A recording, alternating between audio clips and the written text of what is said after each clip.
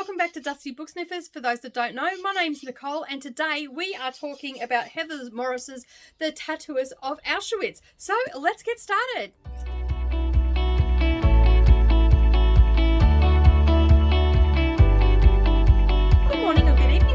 And welcome back to the channel. Thank you for taking some time out of your day and spending it with me while I prattle on about the books that I have read. So if you're new here, don't forget to hit that subscribe button and the little bell icon beside it, and then that way you're not going to miss out on any future posts. And I'm just going to apologise for the birds that are at the front at the moment. They are going off their dial. I have rainbow lorikeets all over a tree called the drunkard parrot's tree, and at this time of the year they go mental.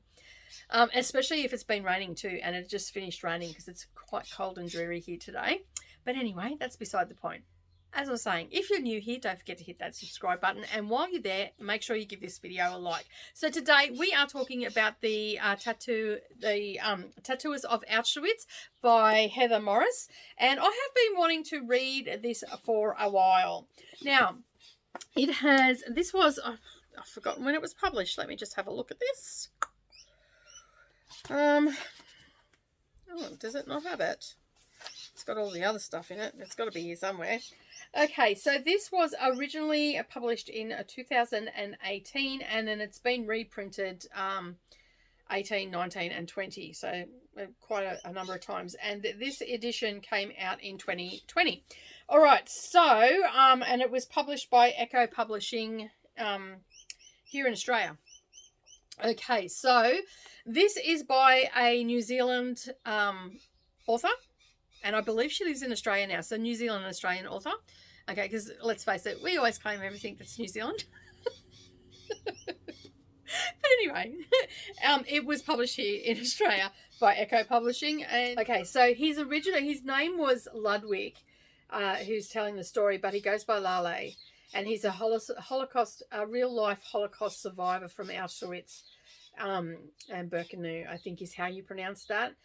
It's illuminating and unforgettable is what it says on the back here. And there's a few people that have said an extraordinary story of a single and singular life, and it's a great love. Okay, so this I've been wanting to read this, as I said, for a while, and it's been sitting on my bookshelf since Mother's Day. I think Savannah got it for me, so it's been sitting on my shelf for a while. So I ended up picking this up, and I believe this was a bingo prompt to read a book that you meant to read last year. So it's actually been on my bookshelf for nearly 18 months, because it must have been Mother's Day last year that I got it. Wow, that has been on here for a while. So yeah, so it's got 275 pages in it, and I read this in the physical, obviously, and I've got some notes and everything here, so I'm just going to pull my bookmark out and grab my notes, because I read so many books I have to take notes on what I've read, because I read this week's ago. And I'm only just getting around. I am so far behind with the books that I have read, and normally and you probably have noticed that I have changed my format a bit. I'm only talking about one book at a time, and that has come through basically requests, because I am quite a prolific reader, and in some cases I can read up to 7 books in a week, especially if I'm smashing out short books or audio books or doing immersive reading. I can actually read a lot of books in a week. I don't always review 7 at a time, but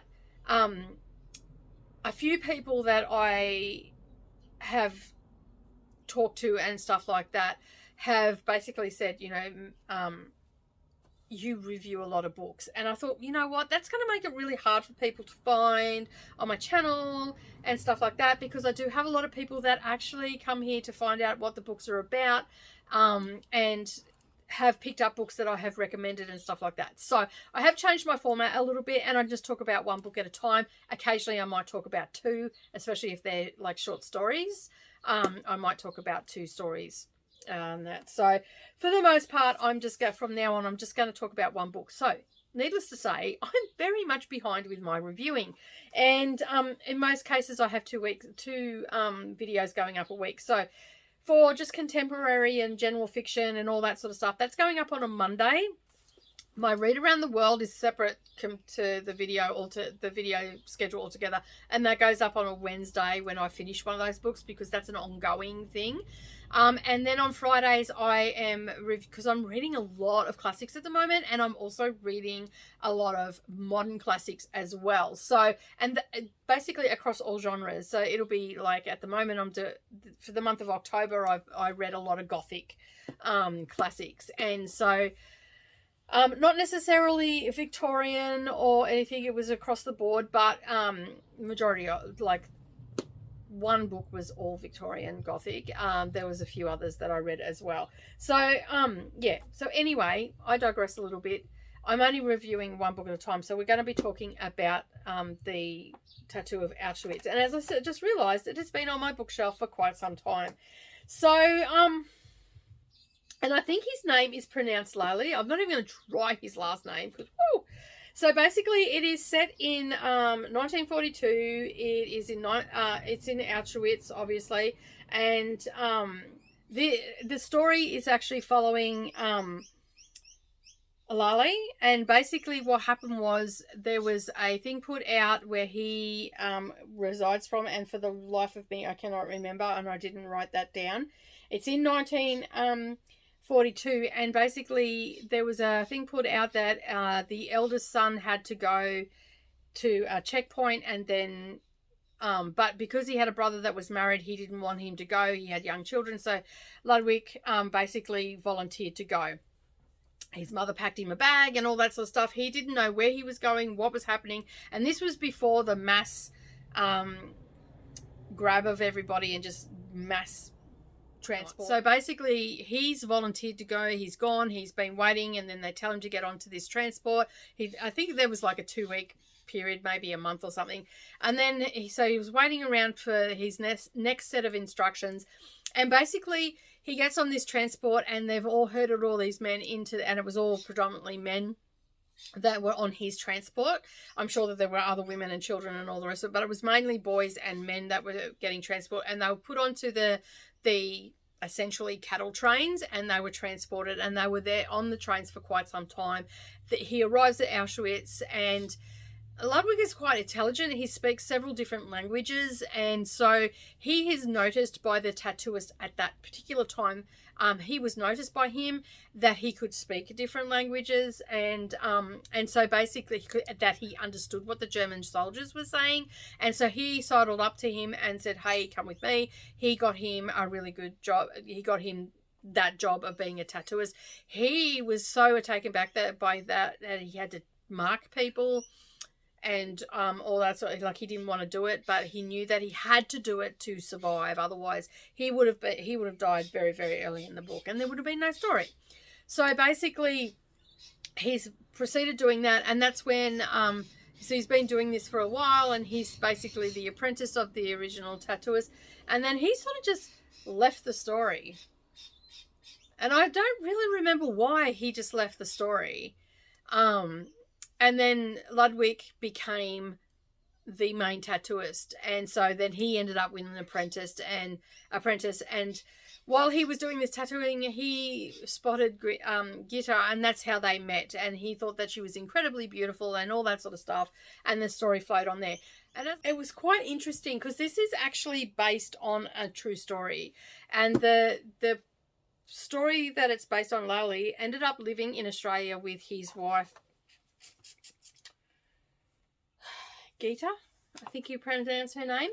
So yeah, so I found that really interesting, and that's why I wanted to read it. And it's based Auschwitz and Birkenau is the other camp that is talked about in this book. And so he was based at the Birkenau camp along with his wife, and then he used to go to Auschwitz. They would take him over to Auschwitz with his tattooist bag, and he would tattoo all the Jewish people that were getting sent to the camps. And so it's got some pretty like it's not a heavy, like, it's heavy content, but it's not extremely heavy. There is a couple of bits in this book where you just go, okay, I need to put the book down just for a second and take a moment. And I don't want to give away spoilers because it is a really, I found it a good book to read. If you haven't read anything about Auschwitz, and I haven't read a great deal because I find it very hard to read. This is a book that is easily digestible. It does have some content in it that you just have to put it down for a second. There was one spot in this where he was talking about one of the doctors there, the sadistic doctors that tortured and done all that sort of stuff. He was talking about him, not in great detail, but there was one part of it where his apprentice got taken away, a little bit of spoil, got taken away, and he thought he was dead, and then he turned up and they were having a conversation, dialogue, and whack, this information come out. And it was just like, it actually made me a little bit sick. And even thinking about it right now, it was just like, how, and I'm going to swear here. So if you've got kids in the room, remove them from the room or mute, but I am going to swear. The doctors that he was talking about, and it didn't even go into detail, and I haven't read anything about it because I've sort of avoided reading books about it because I know that some of them do go into quite horrific detail. It made me physically sick, and it was just like, that is some fucked up shit. Like, what? How fucked in the head do you have to be to do that to another human being? Like, I just had to put the book down, and I looked at my daughter, and I'm just like, oh my God, this is just like, that is just some fucked up shit right there. Like, but I'm glad that and it was really only that one part. There was other parts where things were happening, and I don't want to go into detail because I really don't want to spoil it for those people that want to read it. There was a little bit of alluding to things like it, and it is a story being told by an elderly man that is years after the fact. So, and basically it sort of glossed over it a little bit, but it didn't at the same time. Like, and I've seen since I've read it, I've seen some quite angry reviews about how people feeling that it was glossed over. I don't think it was meant to be a novel that was to be graphic and hard-hitting and strike you to the core. There are moments in there that will strike you to the core, like that one that I was just talking about there that really, that just made me feel really sick. And it wasn't graphic. It was just the way that he said, the guy said it. Your imagery just went to that. Like, it wasn't even described in the book. It was just my own imagery that went to that. It was just like, whoa. And just the creepy vibe that Doctor gave off in the book as well. Like, he was one sycophant. Anyway, there've been some angry reviews about this where people felt that it was glorifying what happened and not hard-hitting enough and all the rest of it. And I don't think that that's what the author was going for. She just wanted to tell Lali's story and Gita's story. Is it really Gita's story? She just wanted to tell their story, and he was willing to tell that story, but he did not tell this story until after his wife passed. And there's a beautiful section in the back of this book from his son Gary. They only had one child, and there's I'm just trying to find it. And how he felt about growing up. There's also a postscript here from the author about, her sitting in the home of an elderly man. I don't know him very well yet, but I've quickly come to know his dogs, Tootsie and Bam Bam. One is the size of a pony, and the other is smaller than a cat. Thankfully, I've won them over. Right now, they are asleep. So there's little things like that in there, and there's some beautiful pictures of them as well. And they ended up coming to Australia. And then there's the afterword, which is written by their son.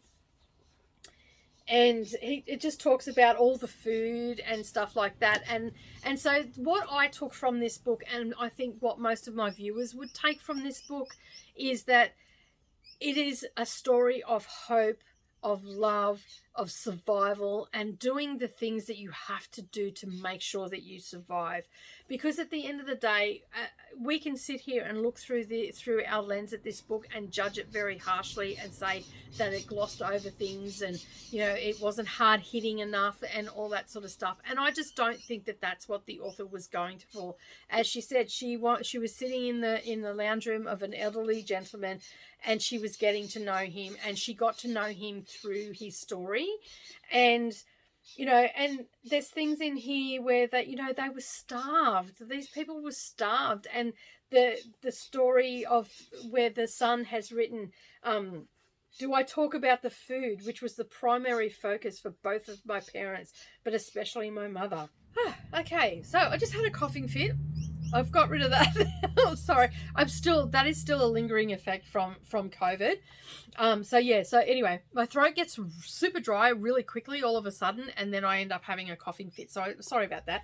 As I was saying, I don't think, like, it was just to tell his story, and like in the afterword, there's a section here where Gary says, do I talk about the food, which was the primary focus of both my parents, but especially my mother, who took pride in a fridge filled with chicken schnitzel, cold cuts, and a myriad of cakes and fruits.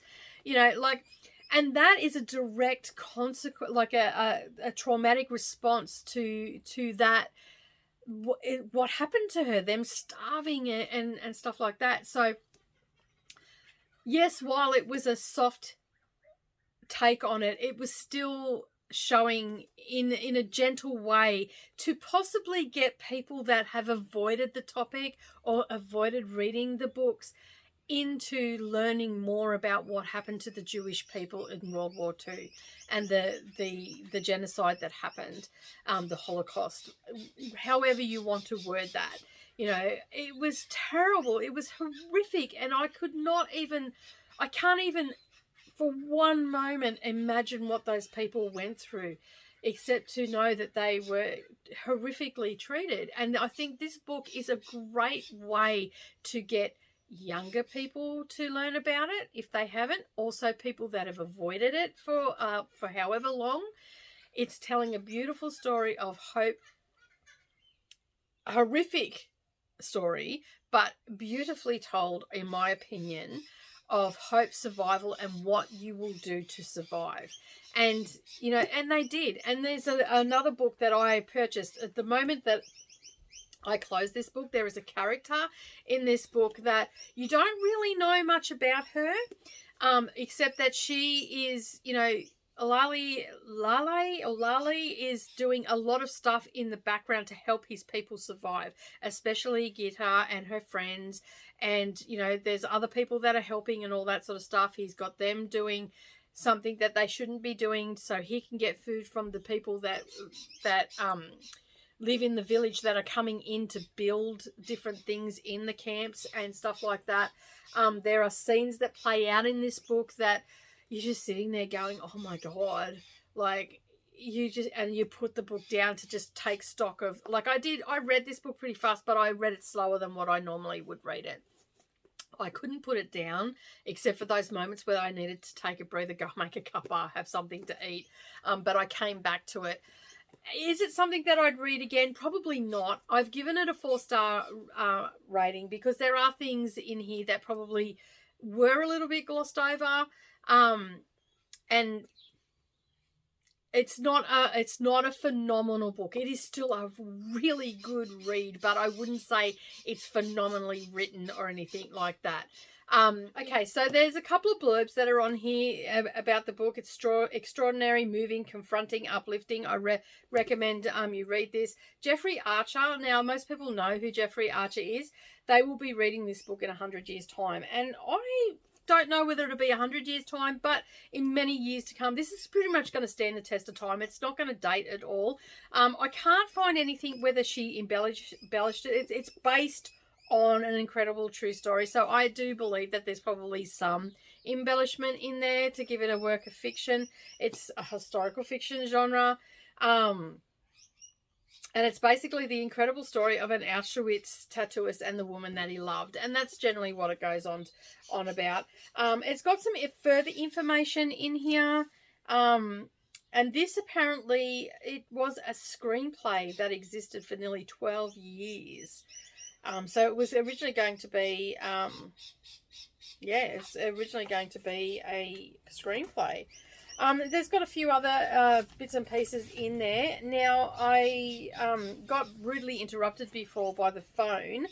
Once I had finished reading this book, there was one character in here, and I think her name is Silka, is how you pronounce it. I'm probably butchering that altogether. But she was a character in the book, and Gitta was moved into the administration building, and that's where she documented all the people that came into Auschwitz and the camp that they were in. So all their names were documented and everything like that. Subsequently, a lot of that stuff, I do know that from history, what I've been told, and in school and stuff like that, a lot of those documents were destroyed when the camps were, was it the Russians that came in first? Well, when whoever came in and liberated the camps and basically, I think it was the Russians that came in. But anyway, there was a couple of things in there that I just thought was really weird, like when they left the camps, how they left the camps, and then how they found each other. I thought that was slightly far-fetched, and I was like, maybe, and that's why I've sort of marked it down a little bit. As I said, it wasn't a phenomenal book, but one thing that I want to read is Silka's journey. As I said, she was in the book, and she had to do some things that, I'm going to talk about it. So she ended up sleeping, essentially continually being victimized by the, whatever they called themselves back then, the person that ran the camp. And so basically she was to save herself. So she was noticed in the book, like in the beginning of the book, and she had long hair, whereas everybody else heads were shaven, and couldn't work out why. Well, she was sleeping with the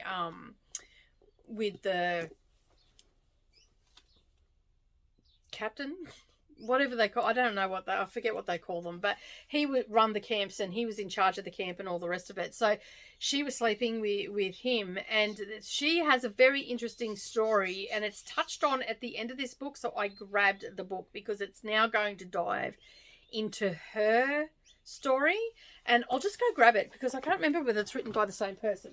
Okay, so I'm back. All right, so it is written by Heather Morris. So it is, this is apparently is the sequel. Okay, so this is going to be following her story, and this is also this is actually based on a heartbreaking story. This is not fictionalized in any, I don't think she's glorified this one. So, yeah, so it's, again, it is set in 1942, and she is 16 years old. And that's all I'm going to read because I don't want to wreck it. I do know that what happened to her, because it is slightly touched on in the Tattooist of Auschwitz. But that is it for me today. That is my thoughts on the Tattooist of Auschwitz. I am looking forward to reading the second one. As I said, as soon as I closed this book, I got this one. Now I have it, and I believe there is another one. The Brothers of Auschwitz, I think it is. I'm not sure if that's by the same author, but it's got a similar cover to this one. So I'm guessing that it possibly is. So yeah, as I said, I normally avoid reading this sort of content, but I am enjoying these books. I think Heather has done a very digestible. The verdict is out on this one. This one is very digestible, although it does have some shocking moments. All right, well, that's it for me today. Thank you so much for joining me. I do appreciate you being here. If you have yet to subscribe, make sure you hit that subscribe button and the little bell icon beside it, and also give this video a like. I would greatly appreciate that. Don't forget to keep turning those pages, and I will see you all again next time. Bye for now.